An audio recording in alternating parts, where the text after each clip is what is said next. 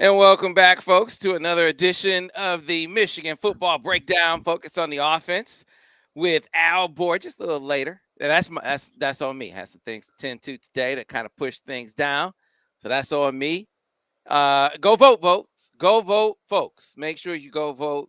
Exercise your right, your civic duty to vote. Now, back to the lecture at hand, which is talking some Michigan football, getting into the X's and O's offensively against a Rutgers team that everyone expected for Michigan to blow out. And they eventually did that, but it was a bit of a slugfest in the first half of that game. And what people didn't expect was for Rutgers to be on top early, but great second half team. Michigan has proven itself to be all season. And one of the big talking points we're going to focus on today is how intent Michigan was on working on this passing game. How, they had an express purpose seemingly early of targeting receivers, getting receivers more involved in this game. I thought they targeted them. They were successful in their approach, maybe not successful in the execution of that approach, but crawl before you can walk, right? Joining me to reflect upon all of that, to dissect it, man who used to wear that hat, those headsets, be that OC for Michigan and several other institutions for that matter. Al Borges. Al, how you doing today? I'm doing great, Sam. How about you? Doing great. Doing great. Ready to get into it. I feel like Michigan, the dominoes around them, when you look at college football, when you look at the teams and league play as well, I just really think it's setting up. I like this matchup against Illinois in a couple of weeks more and more. I like the matchup with Ohio State more and more. And yet, there's an aspect of Michigan offensively they need to continue to hone, and that is the passing game, which a lot of fans, I'm sure, are going to ask you about today. But Al, this was one where you could see it from the very first offensive snap. Michigan was going to get these receivers involved, and they're going to push the ball down the field. They were trying to. I'll tell you that. I went, because that had been kind of a bone of contention, I went back carefully through the video a couple times and trying to see what the quarterback's thinking was initially on the pass. Okay. And as I saw it, there were 16 times where a wide receiver was the first look. Now, he didn't always get the ball. So if you go to your targeting chart and say, oh, no, well, this has got nothing to do with that. This has got everything to do with what was their intent. Now, unless you force the ball into that receiver, which is obviously ill-advised, you have to have within your passing game alternatives, which I thought they did a pretty good job of for the most part. But there were 16 times they were trying initially to get the ball to wide receivers. There were 9 times, initially they were trying to get the ball to the tight end or some tight end, okay, whether it was Luke, whether it was Bradison or whoever. And there was twice they were trying to get the ball to running back. Now, one of those, I believe they were trying to throw a Y option to the tight end, and they threw the ball to running back on a hole shot. So I don't think the hole shot was a first look. I think the hole shot was an alert, but that might be argued. I don't know. But there was a conscious effort to throw the ball to the wideouts, and I think that was something that was addressed. The numbers still were not where they wanted, nor were the passing numbers overall where they wanted them. And I think that's something that has to be looked at. But for the most part, they did try and get the wide receivers involved.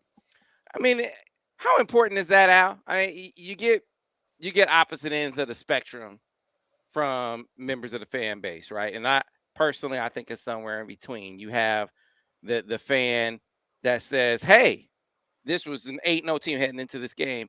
This is an 8-0 team. I don't care how it looks. Doesn't matter if they throw the ball once or they throw the ball 30 times.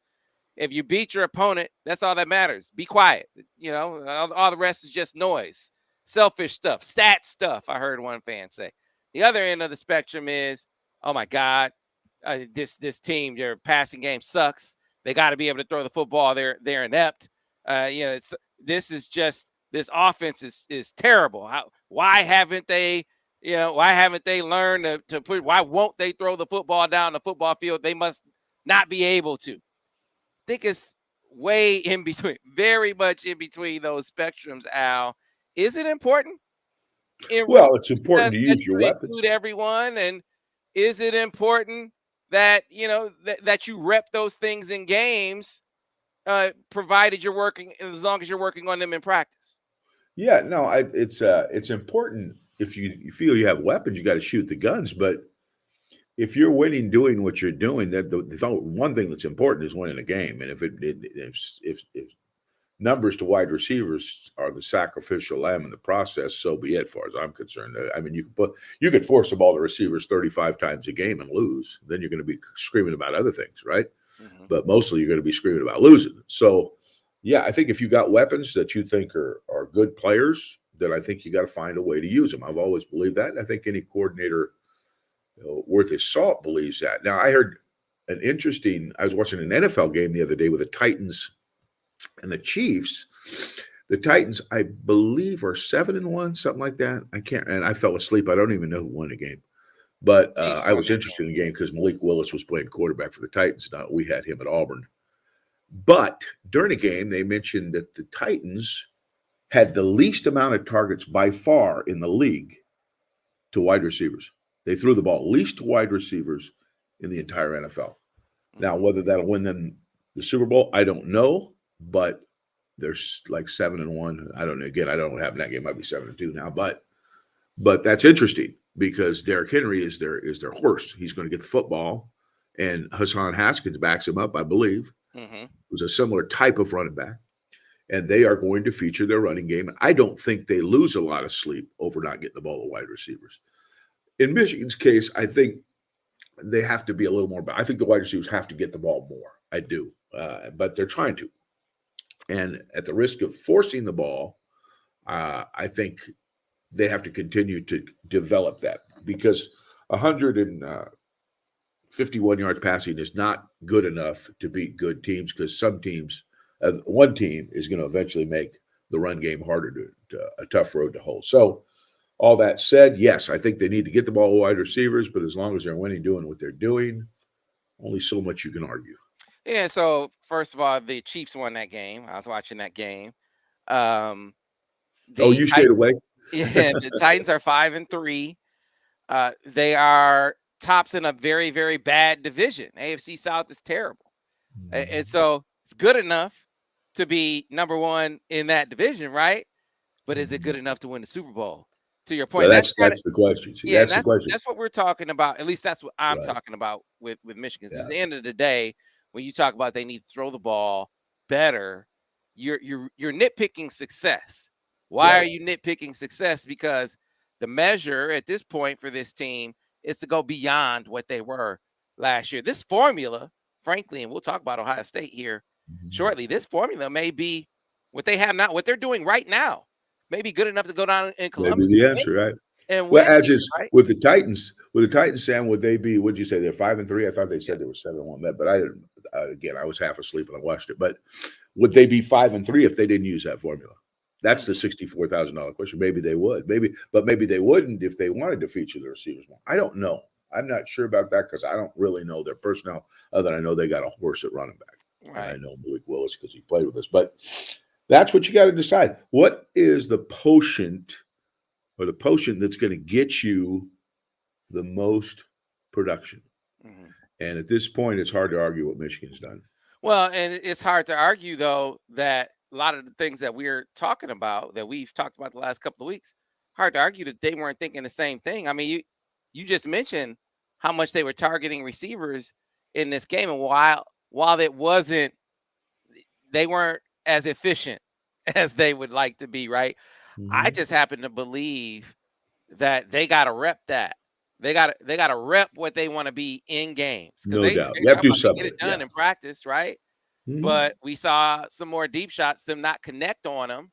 Mhm. Whether it's some drops or Mhm. timing, just not being in sync with the receiver, whatever it may be, it just wasn't quite there. And Mhm. the only conclusion I can draw is that they need to do it more in games to be better at it in games. And Mhm. that's why I thought the game against Rutgers was progress. Wasn't perfection. I wrote this. Progress, not perfection. I thought they made Mhm. progress in the game, at least as far as a balanced approach is concerned. Yeah, 4 different times they tried to take the ball downtown. They tried to, and we're going to illustrate this one later on. It was a miss, but I think the Michigan fan base needs to see this play. The trap pass that Andrell Anthony just missed went off his hands. I mean, he dove, made a great effort for a double go route to number 4. Is that Walker? Maria, yep. Yeah, well, that ball could have been caught. Uh, the smash with Y option where they actually did hit a little hole shot to Donovan. And then I believe there was a bingo cross where he threw a fade touchdown to Donovan. Okay. Those were down the field type throws. Some hit, some didn't, but they were trying to. They threw 3 play action passes in the game. One of them was the first play of the game, the naked slide play where he hit Ronnie on the corner. So there's some shots in there. I mean, there's some attempts. It's not like they're not trying. And I think as they continue to do it, they'll get better because they have a quarterback that can make those throws. He's still learning how to make those throws. You know, he's still learning how to put more air on the ball, how to do certain things, which I think because he's so coachable, he will do. So they just got to stay the course, you know, continue to run the ball well. But I think you'll see a game here, Sam, very soon where the receivers will have a big game. I know we're going to get into this with grades, but I feel like JJ's game was better than the stats suggested. Is that out of line? I mean, again, like I said, we'll get to the grades later, but do you think that general assessment is out of line? I think he played pretty good. I don't think he played great. He had some missed throws, you know, some bad throws. Not some weren't even missed. Some were just bad throws. He threw a spot route right at the receiver's feet. You know, he didn't throw an advanceable pass on the one Andrell didn't catch, although he threw a catchable pass. But he did a nice job. He played pretty solid. But to say that it was his best game, it was a ways from that. But what JJ's doing, he's playing within the offense, doing what they're asking him to do. In this game, there was less improv. I think he scrambled a couple times and took a sack. One time he scrambled for a first down. Whereas the last game, I think he had 2 or 3 of those. So he was less of a factor that way. But he's still playing the position in a very solid fashion. Now, here's the question you got to ask yourself, Sam. Is JJ McCarthy a system quarterback, or is JJ McCarthy a great quarterback or a real good quarterback, a guy that could go beyond the system? And I tend to think the latter. I think JJ has more to him than just being a system quarterback. So now, as a coaching staff, and you go to the game plan, means you got to decide how much you want to feature him in that capacity. There were 3 times in 3rd down and 3 or 4, the ball was run with split zones or whatever. One of them was converted to or not.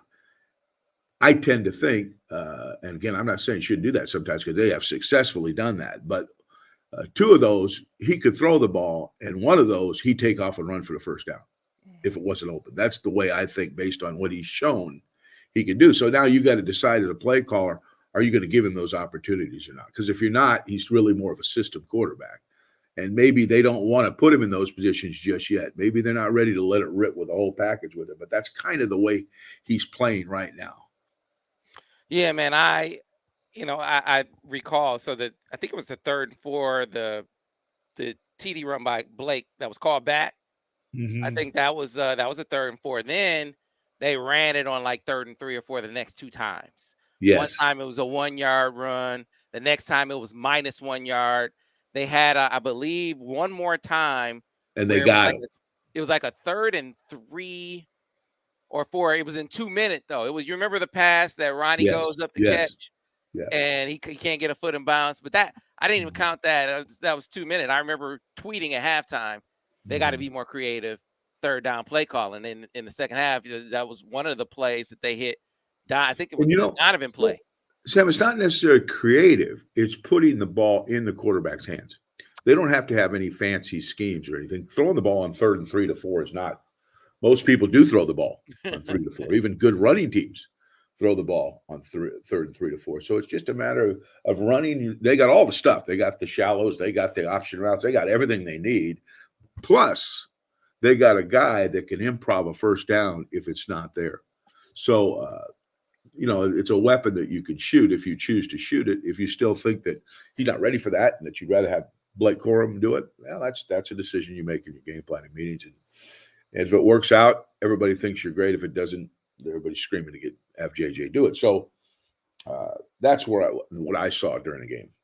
So more diverse third down play calling. That's a better word. That's a better way. Better word than than creative if you want to. Creative if you want to, but more diverse, I think would. Yeah, and I thought we saw better diversity in that situational deal. I think it was a 3rd and 6, the TD to Donovan that he threw, and so I think it's an interesting contrast, the approach from the Rutgers game versus the approach in the Michigan State game, because it's my contention, and you tell me if you can go with this, Al.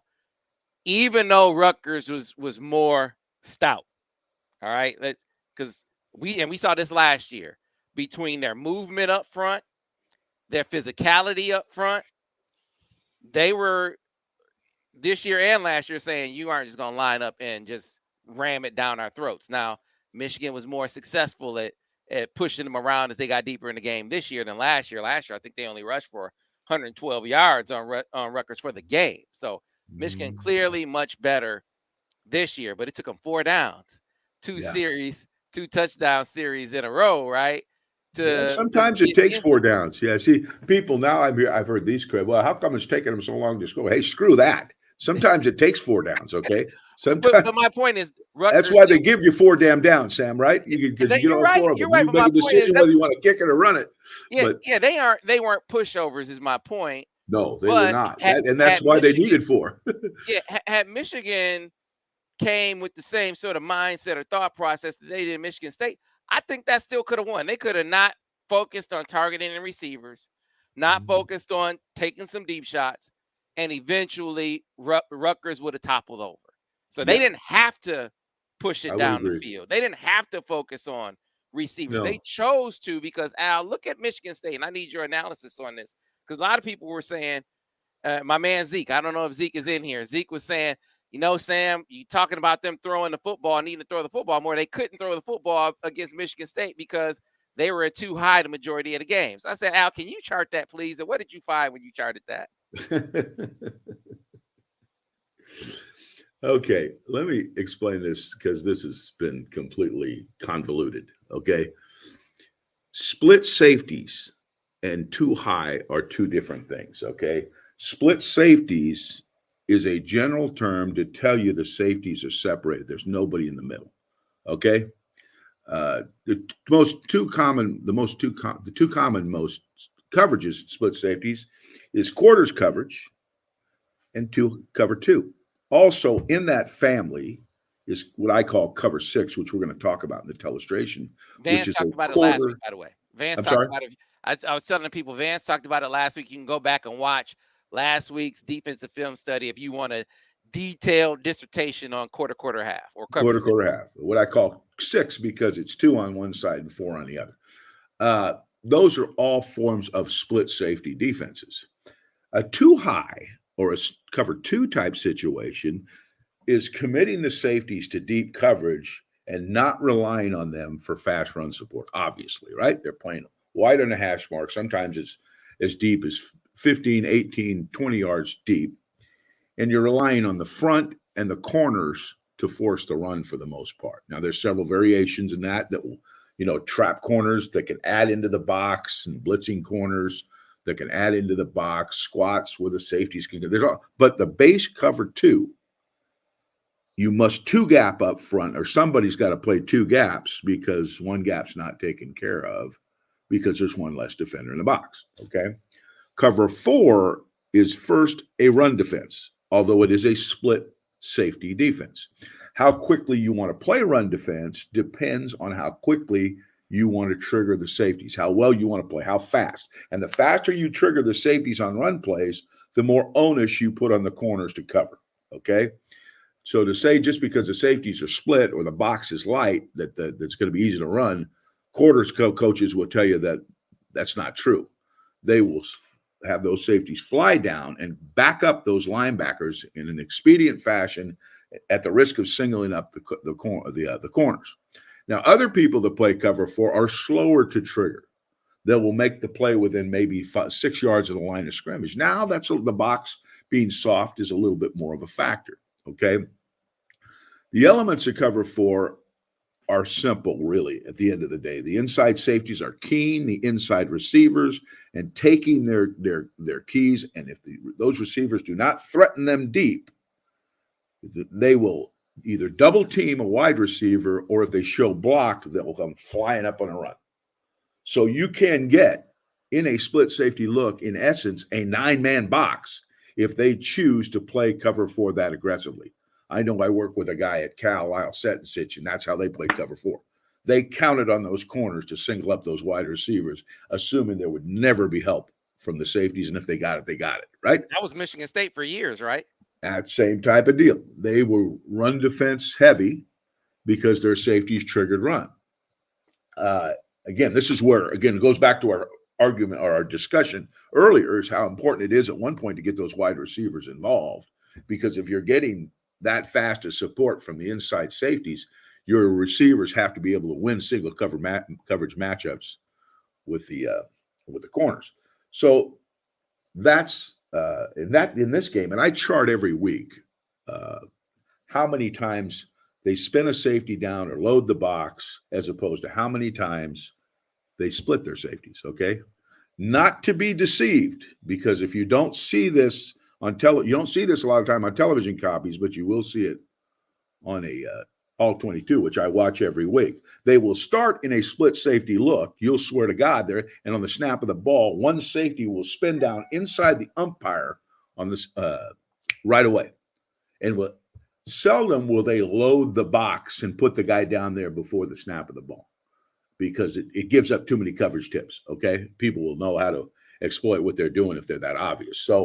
So often it may look like split safeties, it may look like a light box, but on the snap of the ball, it's not a light box, and the front is actually playing one gap. Whereas if that safety stayed back, the front would have to, one guy in the front at least would have to play two gaps. So that's the difference. It's a little bit of a misnomer if you don't understand the thinking of the defense. Yeah. So look, in a nutshell, let's give it to the lay people, Al, and you got that big brain, that big football brain over there. Let's break it down to the people. Even if they're in too high, there are holes in too high. The seams, the hole between the roll corner and the safety. You got holes there. It's not like just because it's too high you can't throw. Right? 18 to 22 yards between the corner and the safety and the linebackers and the safety. Those are vulnerable holes. Okay. Because remember, there's 5 players playing underneath and 2 players playing deep. But on the weak side of the formation, if you clear out the outside receiver, there's actually another hole between the rolled up corner and the weak inside linebacker, where he is vulnerable to option routes and things like that. But the major holes are the outside middle hole, 18 to 20 yards deep, particularly off play action passes where you can pull the front up, jerk the core of the defense, and throw the ball behind safeties who are ascending hard. That's where you're vulnerable. So to think you can't throw on a 2 deep is not true. Right. Now, as you get into pure passing down, Sam, it becomes more difficult because they won't bite play action passes, and they add the Tampa element to it, where they'll have one guy run through the middle and protect that middle level and widen those safeties, and all those things I talk about aren't quite as vulnerable. Yeah, that was Derek Brooks for years in Tampa, which is why they called it Tampa 2. He was able to carry that middle breaking route to be a tight end. It could be a slot. He could carry him down the middle of the field. He could run with those guys, which is what made them so freaking stellar, right? But quarters. So too high safety. I can get how against cover 2, I'm going to run the football. You don't want to add a safety in the box. I'm going to run it. Okay, I get that, right? But when we talk about quarters, so split safety, with fast triggering, that they aren't high, they're low, and they're fast triggering. Well, guess what we have on the outside? What do we have on the outside, Al? Single coverage. Coverage on the outside. We got some opportunities for some shots here, especially if you think, man, we're better than those corners over there. So you can make that decision. Right. You can make that decision as a play caller. And remember, Sam, one other thing too is if you ever want to cancel the safeties without run keys, you can run your inside receivers vertical and take those safeties out and run your outside receivers on short and intermediate cuts, and they will all be pretty much singled up. Yeah. So the point in talking about all of that is to highlight there were opportunities against their approach was just different against Michigan State. They weren't as intentional. They weren't as intent on we got to feed the receivers. We got to work this in this game as they were in the Rutgers game, which is why I said this is great. This is progress. It may not have been executed. You know, you may not have the numbers against Rutgers, but the fact that they went in this game and said, we're going to work on this. We're going to take some shots. We're going to involve our receivers more. That to me is a great sign for down the line because you rep it more. I think it'll get better. I expect to see more of it this week against Nebraska and then against Illinois. And then when you get ready for Ohio State, you know, where maybe depending on conditions, I mean, Ohio State's a track meet team. If the conditions are like last year, they're in real trouble. If they're pristine conditions, we were in Traverse City last week, Al.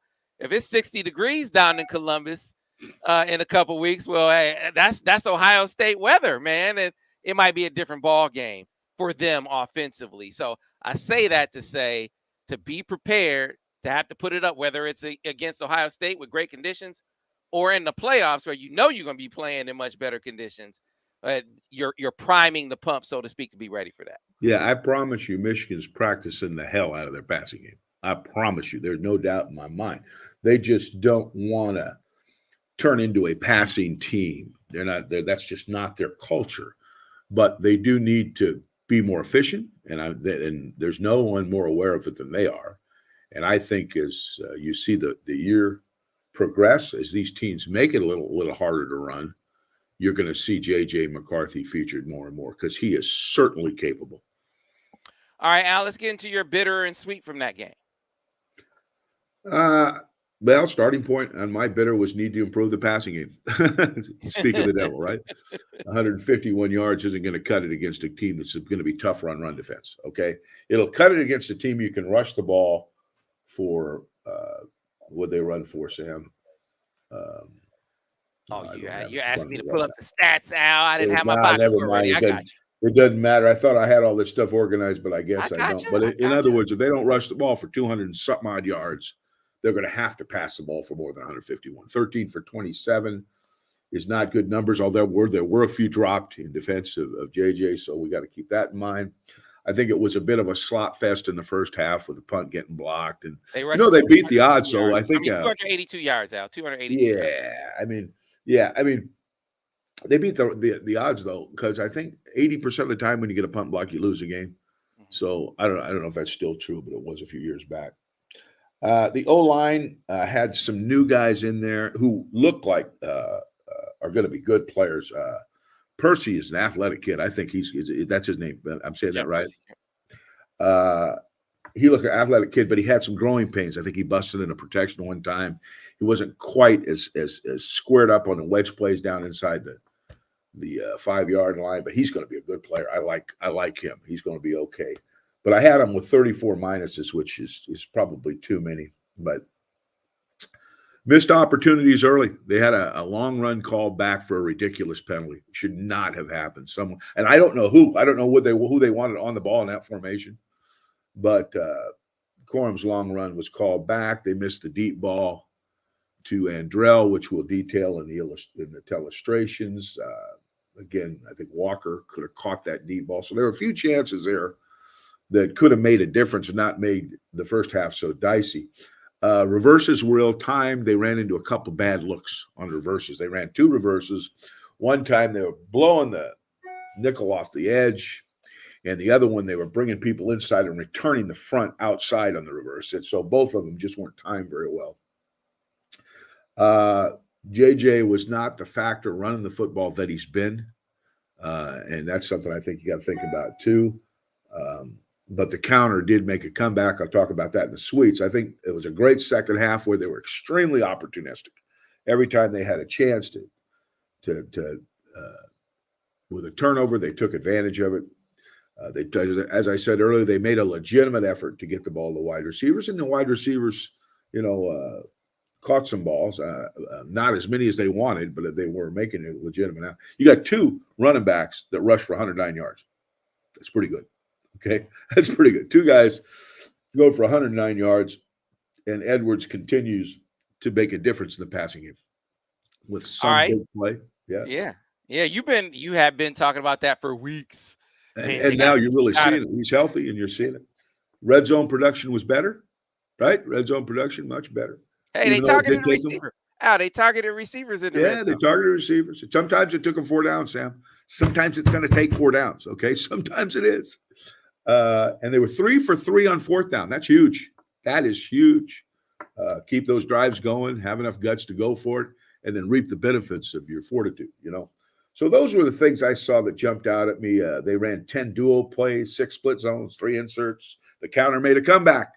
4 counters off, 3 of them off arc action by the tight end were all very nicely run. And they ran 5 wedge plays, all of them in short yardage or goal line. So, and they actually threw a screen. They threw a screen. It wasn't the best executed screen, but it did work. It was effective. So that demon is semi-exercised, I guess. But that's the way I saw it in terms of good and bad. I'm sure there were other things, but those are the ones that stood out to me. All right. So, Coach, time for the grades. Give us the grades. I gave the O-line a B minus, again with 34 minuses, but it wasn't a bad performance. I just think there were a few growing pains with some of the new guys. When the 2 running backs both get 100 yards, I don't know how you can give them anything but an A. They didn't fumble. They caught the ball when it was thrown to them. They did a nice job. I gave the quarterback, I was debating between a B minus, C plus, and I probably leaned towards a B minus because, again, he had uncharacteristic missed throws. And by that, I don't mean necessarily all were missed. They weren't thrown in a way the guy could run with the ball. And he didn't really do a lot with the run game. But again, it was a solid performance, but it wasn't a JJ-esque performance, that what I think we've come to expect. The wide receivers were a C plus. I didn't really think they were great. We had some drop balls, some opportunities missed. So that's about how it rounded out. The offense played a solid B for the most part, but could have been better, but certainly could have been worse too. Yeah, I thought JJ took a lot of shots in this game. He did more than he's taken. But that's quarterback now. That's quarterback. I don't say, well, he didn't play good, so I'll cut him slack because he got hit. No, that is an occupational hazard that goes with the job. Okay, that goes with the job. So in this game, he got hit a little more. That's the way it goes. That doesn't mean the productivity should go down. You ever have a quarterback say, "Yeah, easy for you to say, Coach"? I had one guy say that. Tony Graziani told me that in the meeting. He backed off a throw, and I graded him a minus because he didn't try. He goes, "Coach, I was going to get killed." I go, "That's an occupational hazard, Tony. You want to play the position, or you want the guy sitting next to you to play the position?" Got it, Coach. No more said. Sounds like something Devin Gardner would say to you. No, he'd say it now. He didn't say it then, but he'd say it. Yeah, but no, it looked like a couple of shots, cumulative effect. No question. A residual effect of those shots, as you would call it. He kind of fell off a couple of throws there. Yeah. Toward the end of the half, it seemed like, but that's good, as Devin contended in his breakdown yesterday. That's good for him. And I thought, again, I think there isn't an appreciation for his performance because the numbers aren't sexy, but his numbers were brought down by drops. Yeah, they were brought down by drops. And yards too, Sam. Not just his completion percentage, but yards too. I think hurt him too, because that number could have been over 200 yards easily. So, but just the one thing about quarterback that nobody talks about enough. You know what I mean? Nobody is the toughness factor, the physical and emotional toughness of having to deal. And Devin will tell you this because he went through a lot of this and he can relate as well. Anyway, is standing in there and throwing that ball with confidence, that transferring your weight, driving each throw, sometimes with confidence when there's no real reason to have confidence. You've been hit, 6 or 7 times and you say, oh God, but the tough guy says, they're going to kill me before they get me out of there. I am going to be stronger than the situation. And there'll be worse games than this eventually. And it may not be this year, maybe down the line. There'll be other games where you're getting knocked all over the place and you're going to have to get up, stand up there, and transfer through another throw in traffic. So that's just the position. Any quarterback that's played it any significant amount of time will tell you that. Yeah. and that dude kept getting up, kept coming back for another He play. did. So He did. And I think he that's always will. yeah, and that's a physical football team. And look, Rutgers' record Mhm. is they're brought down mostly by their offense. To me, they play some decent defense in Yeah, there. see, a year ago they were running that doggone what was it? Power read. Yeah, Remember that? They run that yeah, power with read with and Vedral. controlling Yeah, the ball. Yeah. yeah. They're running with Vedral, but they got Gavin Wimsatt in there, quarterback. Now that's the dude that Michigan recruited. Michigan offered him, Mhm. and so you talk about being intentional about what you want to work on, right?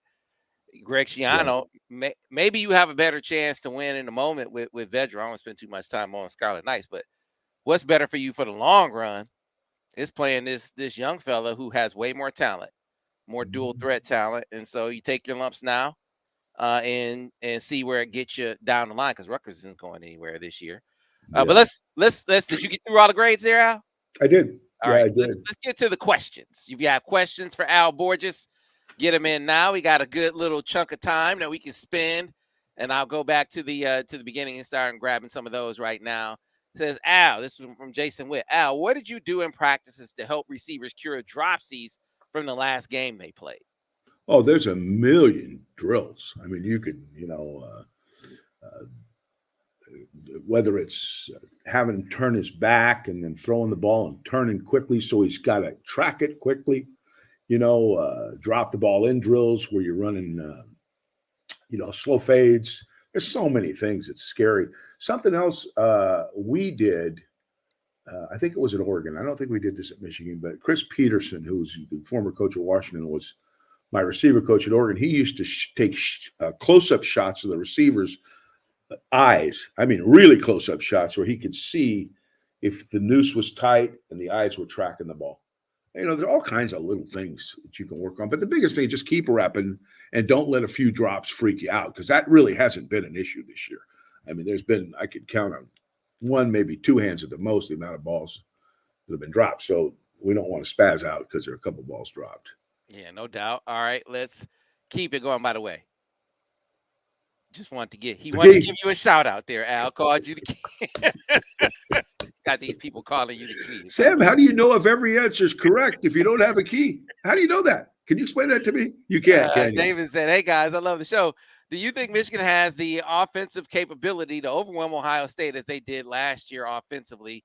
You go first, Al. You tell me what you think. You bet I do. Yeah, I think they're better. I think they're better. And if it is bad weather, I think they have a considerable advantage. But athletically up front, I think they're better. They have a quarterback more capable of running and throwing, both. And their wideouts are, pretty much the same guys. So I absolutely think that they can. Now they're going to have to execute and they're going to have to defend, obviously. But yes, I do. And evidence would prove I'm right. Yeah. So let me be very clear, and I'm repeating myself. Michigan is a more physical football team than Ohio State. But just their style of play. There's no doubt. Period. Yes. Look, Yeah. and is Ohio State more physical than they were last year? I don't know. They better hope so because they got bum rush last year. But Mm-hmm. watching them, took note of this in the Penn State game. It's like, man, these guys can't move Penn State off the ball, and this is a week after Michigan just cut through them. I just rolled over them like a tank, and Ohio State could barely get movement at the line of scrimmage. Right? I mean, they had 140-yard run, and then they had 50 yards after that. Other than that one run, they didn't crack 100 yards on the team that Michigan ran for 3,000 on. So it's like, Ohio okay, State, Sam, chooses their poison to be getting the ball to their wideouts. yes, That's yes, what they well, want to do. yeah. That's first. That's first, right? That's first. Where Michigan's first is get the ball to the running backs. Well, and So so Ohio State is naturally going to be, even if they didn't have fabulous receivers, is naturally going to be, they're not going to be as physical by nature. That doesn't mean you're going to win or lose a game. All that means is the nature of Michigan's offense is to be more physical than Ohio State's offense. but there are degrees to physical. So you don't have to be as physical as Michigan to be physical, right? So No, I no. think that's a high bar. That's a very, very, No. very, very. I don't have to be as tall as Kareem to be tall. Now, No. listen to me talk about being tall. I'm not tall. I know that. But my point is, you don't have to be a 7-footer to be considered tall. You don't have to No, be Michigan, which is like a 7-footer in the run game, to be physical. But no. they aren't even, to me, they aren't even Muggsy Bogues. Like you're supposed. Al, come on, stay with me, Al. Stay with me, Al. Stay with me. Okay, You're playing Sam. Northwestern. Northwestern is the worst team in the league, and you have got to run the football. Now, to me, in that game, that is a referendum on physicality. Yeah. And if you cannot run the football, or Northwestern for the majority of the game, that automatically qualifies you as not physical. And so, Yeah. Excuse me, that was an expose on their physicality. I would tend to agree with that. Well, what they did, it was compounded by the fact that Northwestern slowed the game down, wouldn't snap the ball till 2 seconds left, played Wildcat half the time. You know, they wouldn't let Ohio State get into a shooting match. They just weren't going to allow them to do that. And Ohio State could not answer with a run game that was efficient enough to score the kind of points they're used to scoring, and was because the weather was struggling to throw the ball. So that's my point. Is the question earlier was, do we have a physical enough offense to handle Ohio? Well, hell yes. But if you put them in bad conditions, hell yes. Okay. right. So as what and evidence is from last year, and I believe we're better up front. Yeah, and that's that. I guess that's kind of my contention too. Because when I say all of that, don't take that to mean that I don't think Ohio State is elite. Ohio State is absolutely elite. One of the best teams in this country, has the talent to win it all. You know, I think I said the other day, Ohio State is built for playoff track meets, right? Give me 50 degrees, you And the know, dome. track, And the track, dome. yeah, track meet conditions. That could be in Columbus or in the South, but Yeah. they are primed for that kind of race. But you got to get to that race to run in it, right? And unfortunately for them, the prelims are in the Midwest. Yeah. And it very well could be similar conditions to last year. And Michigan is a team that is primed for those Midwest slugfest, November slugfest, right? Well, their They can style of punch in the play. mouth. Yeah. They can Their block style of play. punches. Right. And so, I mean, it styles make fights, as they say. And this one will be interesting. Though the key question for both teams is where they're deficient, who can make up the most ground. Michigan needs to grow their passing game. Can they grow their passing game enough, heading into the playoffs to win a championship? Can Ohio State grow their physicality enough to win a championship? I like my chances growing a passing game more than I do growing physicality. That's instilled early now. You don't all of a sudden become physical. That's got to be your mentality from the day you put your pads on. That's not something that just drops out of the sky. Oh, this game we're going to be physical. No, that doesn't work that way. You look back at the old Ohio State Michigan games that I grew up watching. You had two teams that ran exactly the same offense at each other and probably combined didn't throw 15 passes in the whole game. They were going to be physical. There was no ifs, ands, or buts about it. There's going to be some bloody noses when that game was over with. The residual of that was then they had to go to good weather in the Rose Bowl and play a team that played in that all the time, that could throw the ball better, and sometimes they didn't fare as well. So it was, you rob Peter to pay Paul sometimes, but they got to there. They got to that game, and the reason they got to that game is because of how they played the whole year. All right. Here's another one, Al. The numbers from Jim Harbaugh's 2010 Stanford squad with Andrew Luck and this year's Michigan team are eerily similar. Is that a coincidence? I don't think it is at all. I think that's the way Harbaugh wants to play. And I think that's the way he's wanted to play since he's been at Michigan, but he has the tools to do what he wants to do now. So I don't think it's a coincidence at all. That's how they want to be identified. And one thing you can't say about Michigan is their offense has no identity. That anybody said that doesn't know about football, because they have an identity. They're coming downhill with dual plays, gap plays, those types of things, and they are going to throw the ball 27 times to 30 times a game. That's their style. And I think that's nice to know when you go into a game that what your goals are and what you are. Here's another one from Venice 902 by 91 says, ask Al how important it is for JJ to get the ball out early on deep shots. Is that a good criticism there, How do Al? you get the ball out early on a deep shot? I don't know. Those two don't match. Okay, you got to first of all, a deep shot's got to be 45 plus yards down the field. That's a deep ball, either a post or whatever. The timing for a 45-yard pass is a 5-step drop with a hitch step from the shotgun from the under center, and a 3-step drop with a hitch step from shotgun. And now, if that's getting the ball out quick, I guess that's about as quick as you can get it out, because they got to get down the field. And in order to let them get down the field, you have to match your drop with the distance of the pattern. So I don't know that that's so critical. I think the locations of the throw is much more critical, is seeing where the receiver is and how it distributes with the field, and laying the ball with a lot of air on it on top of his head in an area that he can adjust to it if it's not thrown perfectly. That's how you complete deep balls or get pass interference calls. All right. Eve St. Fard, I think this is Ivans, excuse me. I think he's the one who called you the key. So he tried to butter you up, Al. He said, can we talk about the 4 verts in the red zone where JJ forced it to Scooney and missed a wide open Coast and Loveland? Is he talking about the drop? Yeah, and I think the guy knocked it out, didn't he? I guess so. Yeah, I'd have to see That was that. a great throw, man. That was a phenomenal pass and a phenomenal defense. I didn't when I graded him, I said you couldn't put the ball anywhere else. The guy played it well. That happens sometimes, but he liked Schumacher down the middle, and he knew if he put it anywhere close, his range and size was going to take care of it. So he liked the throw initially. Now, if Loveland was open, he was open as the second look. Well, he liked the first look. Now you can second guess him and say, wow, why did he throw it to Loveland?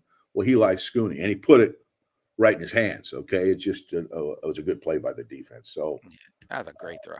Great. The thing about it, Sam, something I might point out, and this would be good for the fans. If you go back, and again, you're not the benefit of all 22s, I know, but you can see on replay sometimes there's somebody open on every play. Generally, all 5 receivers are not covered. Somebody is left uncovered. The problem is a quarterback has 2 eyes, and they got to always look in the same direction, right? So when he's looking to a read over here and there's a guy wide open over there, he's unlikely, unless he moves into an improv mode, to get to that guy. So my point is you have a primary focus, you have a secondary focus, or a primary focus, a peripheral focus, and a check down. And sometimes you don't get to those unless protection allows you to do so. All right. I don't know if that made any sense, but yeah. Jason Campbell, not your Jason Campbell. Al, question. Any concern about the physicality of the Rutgers defensive line? Seemed like we really struggled in the run game, especially early on. Well, early on, yeah, there were some deals, but it didn't show up. I got the number now, Sam. We rushed for 282 yards. Michigan didn't struggle. I think you take that every game. It just wasn't it didn't happen right away. And I could just sense it because I was sitting in Jim Brady's with some of my friends watching the game, and everybody was getting antsy. They're going, oh, God, what's that? Rutgers is ahead? I go, it's a 60-minute game. Reality will eventually hit. And as long as Michigan doesn't turn the ball over in the second half, reality will hit. And it did. So sometimes it takes a while. The defense is fresh and fired up. They got a few different deals. They showed that cool little blitz with the free safety that I'm going to talk about in the telestrations. Give a few adjustments. Good coaches and determined players will make the outcome the way it should be. Isaiah Fleming asks, Coach, what do you think of their heavy use of 12 and 13 personnel, limiting their passing game and the production of the wide receiver room? More tight ends on the field, fewer receivers. What do you think of that? Well, yeah, anytime there's not a wide receiver in the field, there's less likely a wide receiver can catch a pass. The good thing about that, though, is 12 and 13 personnel create incredible problems for their run support and balances their defense up for the run game. And Michigan uses it, and they'll shift those guys, which add a whole different layer of confusion to the defense. I think they use them, really, really judiciously. But the downside is that the receivers aren't on the field as much. So they're not going to, again, it's what do you want? What do you want? You want to be able to run that football and play action pass occasionally, run your naked bootlegs, 12 and 13 personnel is awesome. but it isn't as good to run four verticals. It isn't as good to run curl flats. It isn't as good as on some of the other stuff. So the trade-off is obvious to me. But I still think, all that said, they've reaped pretty good dividends from their 12 and 13 or multiple tight end groups. I'll say that. Yeah, absolutely. Uh, Getting into more questions for Al as I scroll through them. Moving on. A lot of Buckeye. Yeah, I think people are in line with what we're saying about the Buckeyes. Let me see. Get down to more questions. A lot of comments about the Buckeyes. People really got off on that part of the conversation. Oh, they want to jump ahead 3 games. I'm just not quite ready to do that yet. But they do bring out, when you start talking about the evil empire, they do bring out some fire, All right. There were some 50-50 said, does Harbaugh just not believe in throwing 50 balls until his QB is not to do it? Seems like every team but U of M does it. But U of M doesn't, I think, is what he meant. Yeah. This is from Zion Shaw. They threw up. I mean, the one for Marion Walker was a 50-50 ball. They did, yeah. They did. But he's right. They're not big into 50-50 balls. And again, do you want to throw up another 50-50 ball, or do you want to run another dual play to Blake Corum? And they've chosen that's just not something. It's like screens. It's just, you can only be good at so many things. You can't be good at everything. And they're willing to sacrifice a great screening game or throwing more 50-50 balls or whatever to get good at other stuff. That's frustrating for the fan to watch, because they'll watch another team and they'll say, look, they throw it up there. Well, that's maybe their culture. Maybe they throw 10 of those a game. I don't know. They're probably pretty good at it. Would you rather us run Blake Corum 5 less times and throw 5 more 50-50 balls? Well, Michigan chooses to run Blake Corum 5 more times. It's picking your poison, and quite frankly, what they've done is work. So hard to be too critical. Hey, Devin was wearing his black Bolsheviks hat again. This I call him Nanook the Eskimo. Yeah, yeah. God, he's he's a when request did to he? see you in the Sam, hat. when did he turn soft and mentally weak? When did that happen? Hey man, I won't call DG soft. He's just he's stylish to a fault Stylish? sometimes. To a Stylish? fault. Like you don't need That's a bit of a stretch. you don't Stylish? need sunglasses at the planetarium, right? You don't need a fur coat in the sauna. I mean, this is DG these days, right? So, you know, He's inside, Sam. I just gave you some analogies. I'm with you, Al. I'm Yeah, with he you. was a tough guy. When I coached, he's a tough guy. That's what I liked about him. He had some toughness to competitiveness. And now he's gone into the booth and he's turned into, I don't know, soft and mentally weak. All right, Grindhard says, Al, how do you feel about some of the short yardage calls? I 8 plays from 1 yard out. This is the taking 4 downs, punching in the end zone. Did they score? They scored. I love him. I love him. Now let's talk about that. I'm kidding and I'm not. Because I discussed this off air to you, is what they did a great job of, and I'm talking about Rutgers, is taking away the Michigan wedge play. The Michigan wedge play has been money in short yardage situations. I mean, if they need a yard and a half, maybe even 2, they run a wedge play where everybody comes off, drops their pads, and just rides people out of there. They get the first down. But what Rutgers did is they went into a goal line 6-2 pinch, which means they got everybody up. 6-2 meaning 8 guys, okay? And they're pinching everybody inside, trying to lift those offensive linemen and giving them a tough road to hoe. So I just thought down there they did a hell of a job, but at the end of the day, they couldn't hold up on 4 downs. They could hold up on the first down maybe, second down maybe, but when you had 4 cracks, they couldn't do it. So mission accomplished. All right. It says, what did we do? This is from Tyler W. What did we do in terms of new play calling, or did we just call more passes? We kind of went over this a little bit, but I did, yeah. They threw a screen and a successful screen. That would be new play calling. They ran a different reverse. It didn't work, but it was different. They ran the U-turn reverse, which the one where the tight end comes back. That one didn't work. Neither reverse worked actually. And then they ran a little extra verse where they flipped in the ball, which was new. That was somewhat creative. They went to their counter arc play, which was a little variation of the counter. That was a little bit new. I'm just looking at some of the passing game was pretty much standard, um, but that was about, I think, all I saw that was completely different. But they had a few deals, but I don't think they felt like they needed to reinvent the wheel from a play calling perspective to win this game. And when you're playing a team that you can and should beat, emptying the drawer, I don't know if that's always a good idea. Do what you do best, make them defend it, and then if you got to go to an alternative plan because you're not winning, then do it. But when it was all said and done, the score was what, 52-17. Mhm. So Yeah, I don't think they pulled out new plays as much as what was their emphasis? Their yeah, emphasis kind of yeah, shifted a little bit in this game, and more focus on getting the receivers involved without compromising who you are. And that's the key. Can you do more? Can you diversify and not lose your identity? I think that's what they're en route to. That's what yes. they're on the path of. Well, I So hope so. I hope that's so. this leads to the next question, Al. So you see the all 22. And this, um, see, I couldn't put this question up for Devin because he get fired up and he be cussing Todd out right now because his contention is that wide receivers get open. When you see the all 22, it says Todd asks, it appears our receivers are covered by most teams. Why do Edwards and the tight end seem to dominate the offensive scheme? His contention is that's why the receivers are covered. Did you see that when you look at the all 22?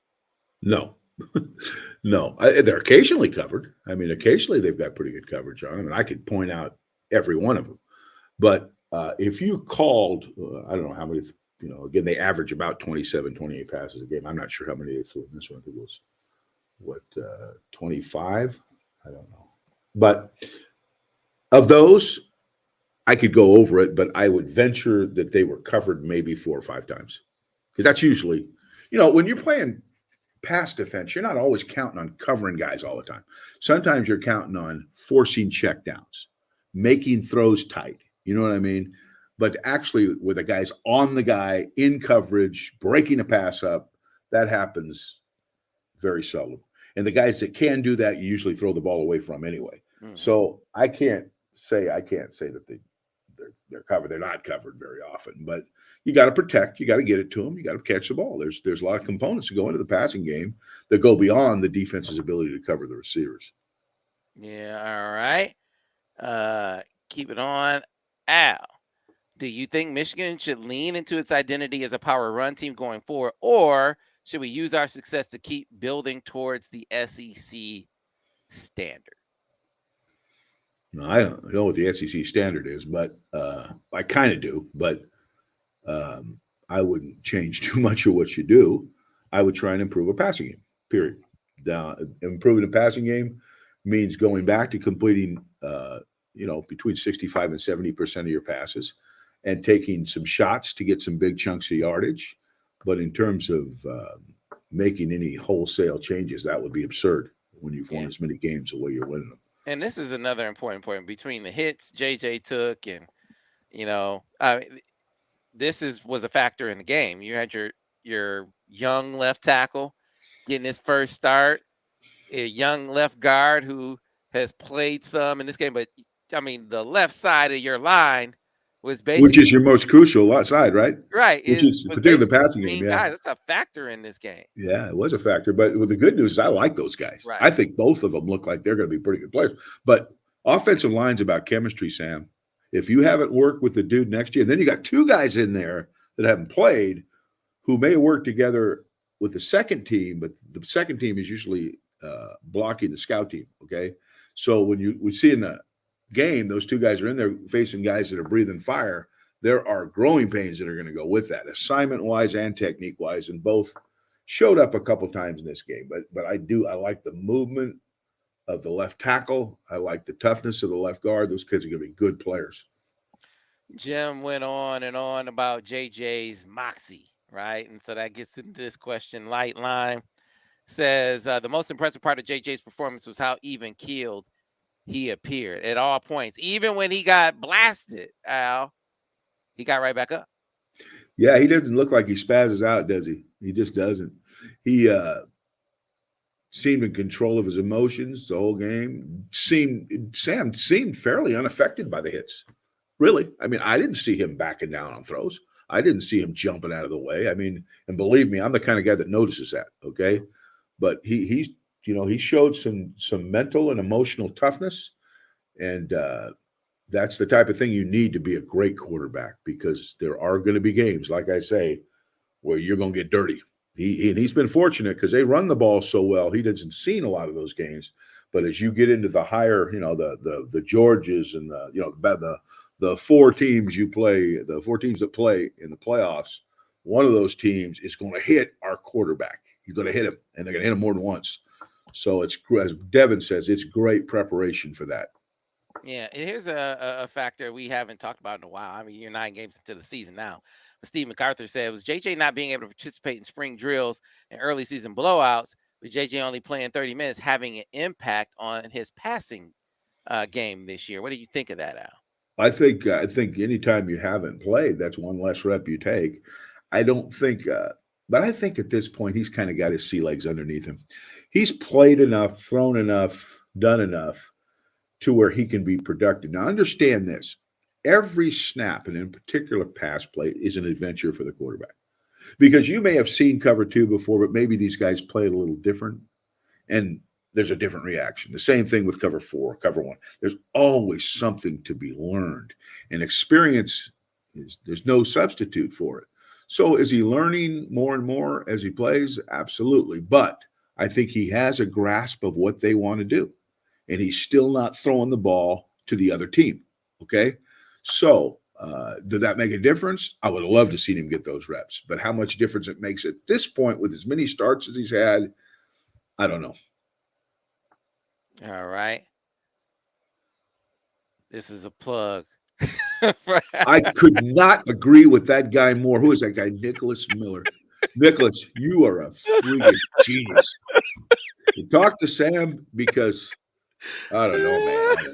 I don't think I think I'm getting the short end of the stick on this deal. But you know how he is. I don't know. That dude, Hey Nicholas, man, much hey, like him. I figure Hey with all Sam, the ask him abuse if he that I wants to be take. my agent. Hey man, I feel like I helped get you across the, because look at all the time I spend with you. I spend all this time with you so you don't get on Susan's nerves. So I helped you get married. How about that? That counts, doesn't it? No, it doesn't.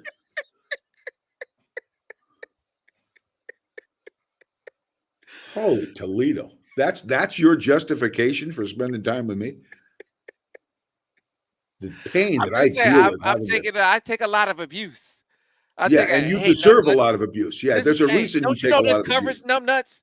How many Yeah. times did we go over this play, numbnuts? I mean, I thought my name was numbnuts for Now, a minute. Sam, you're okay. I don't mind it but sometimes you just drive me nuts. You go back to this Flint stuff, and I don't know. I can't deal with it after a while. I'm all right for a while, but then, holy Toledo, man, no one should have to endure it. But then, and for Christ, I certainly don't get enough money. So, Nicholas, you're a stud.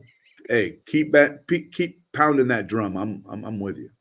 All right. So Al, any parts because we got to get over to the film study. Trust me, folks, we got some great stuff to break down. This was, you know, how about this as we close out, Al?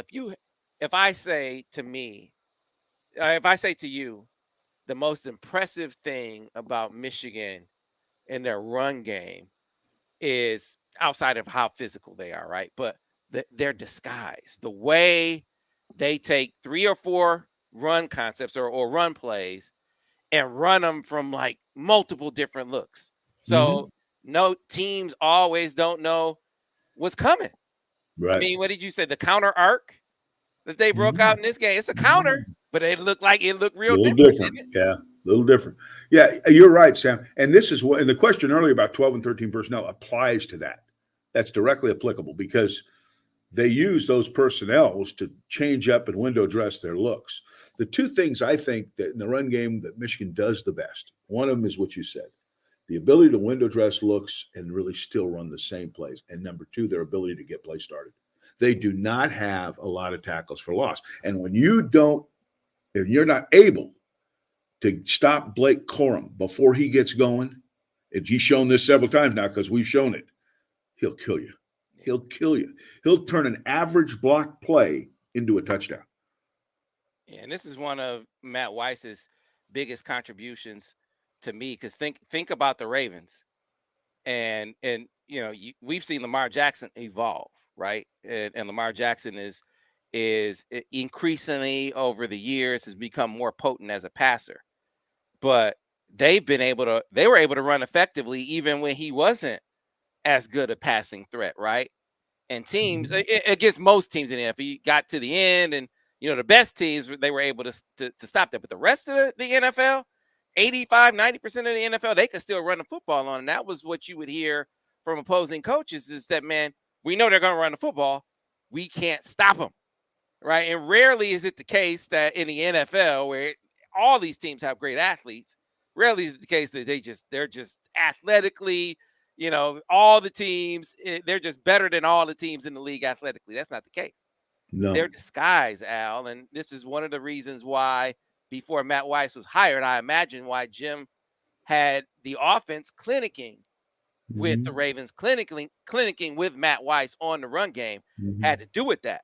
Teams knew they were going to run the football, and they couldn't stop them. Part of that is Lamar Jackson is a freak, right? Right. The other part of that was disguise. Right. And we have seen Michigan's disguise in their run game be absolutely elite, in my opinion. Yeah, it's amazing. In the NFL, there are no real inefficient passers. Let's make that clear, okay? If you're lined up under center in the NFL, you can throw the ball. Some are better than others. No one would argue that. So the defense has to always be aware of that. We're in college ball. You may face a kid like this kid at Rutgers. He was struggling, okay? And some of the other guys that they face are struggling. So they can really load up. You know what I mean? They can really load. Well, now that JJ is the quarterback and he has the running dimension and the passing dimension, it creates almost an NFL-esque type deal that they have to deal with. Not to mention, they're willing to throw the ball to their inside receivers, and in particular tight end, which is very NFL-esque, okay? That is their approach, and it's unique to college football. And that, I think, with all this window dressing you're talking about, the ability to disguise runs, doing what they do, use of different personnel, gives them a decided advantage, because most of these teams they're playing against in this they don't do what Michigan does. Yeah. Great stuff, folks. If you like this broadcast, you like this video, be sure to like this video. Be sure to subscribe to the channel. That way you'll get a notification every time we put up another video. Same thing on the podcast. If you're listening to this on Google, Stitcher, Spotify, or iTunes, be sure to like the episode. Be sure to subscribe to the channel. And of course, if you really want to support us, if you really want to know or find everything we do, from the videos to the podcast and all of the written content, a plethora of written content, VIP intel, and access to all the other team sites as well, subscribe to us over on 24/7 Sports, the MichiganInsider.com. $1 gets you in your first month. Once you get hooked, which you will also, and become a full paying member, you'll also have access to Paramount Plus with that subscription. Cannot beat it. It's great bang for your buck.